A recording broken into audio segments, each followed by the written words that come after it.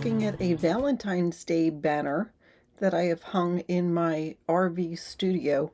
I would have showed you what it looks like hanging from the window, but the sun was coming in. But it's a moot point because now I've given it to someone so they can use it to decorate for Valentine's Day. Hi everyone, this is Debbie from Project 39 Mini Albums. I don't have a tutorial, but I am going to tell you all the components that go into these banners, and then at the end I'll show you some still shots if you want to recreate it. These are made using scraps that I had in my craft room and digitals that I picked up from Etsy from BumFuzzleBoutique. So they'll be linked in the description box, so go check them out. All right, let me tell you all about the banner. Okay, we'll start with this one. So we've got the pink background with the decorative paper, and then on top of that is a white doily with just a circle made from the decorative paper. Of course, I do have the fun plaid up at the top. And then on top of that, I popped up on Dimensionals, one of our BumFuzzles. I used some glitter glue to add glitter there and made a flower with some flower dies and added just a touch of glitter to the side, and then there's a good size rhinestone in the center. And then I had these gorgeous little hearts and I put those on the side. Now this one is mostly, there's a doily, there's a white background. I added a heart here, a heart there, and a couple of handmade flowers using dies. Again, I used the die for this with a pink background, and there is the Gnome paper. I used a circle doily die, an oval die on top, and then added a couple of dies with the XOXO layered up in the center. This guy is just lots of hearts with a little bit of the glitter glue.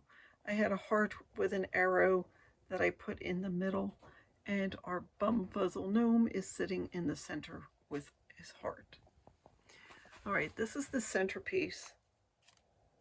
So he is on one of those things that move around. I handmade some flowers using some scraps of paper. There's a couple of leaves there and there. There's a doily in the background, just a little die there. And then I had a Happy Valentine's Day sentiment that I glued here and here, just so it had some dimension to it. This guy's on a white doily. I actually used some red to ink around the edges, put a plaid circle there in the center, added a heart on dimension over there, and added our gnome in the center on dimensionals. I had some letter dies in my stash, and so I wrote love with the letter dies. I had put them on a pink background with a pink oval on a white doily and a handmade flower there with a fun little rhinestone in the center. And then here is our little gnome pushing a wagon. I don't know if you see, but there's a little heart here, and he's got the background of a doily and then an oval shape. And there we go. These, by the way, were just edge dies that I just cut 2 pieces and glued on the back of the triangle that I hand cut. So either we have this shape, which was actually a Sizzix mini book, an album making shape, but I used it as a banner, or we just have the triangle. And I just cut a piece of paper that's 1.5 inches, folded it at 3/4.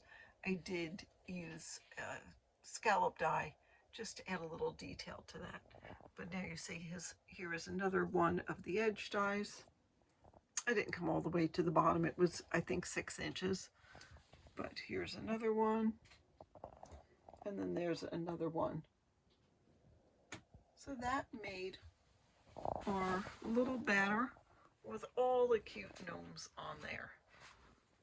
Loved the pink paper and how it all came together.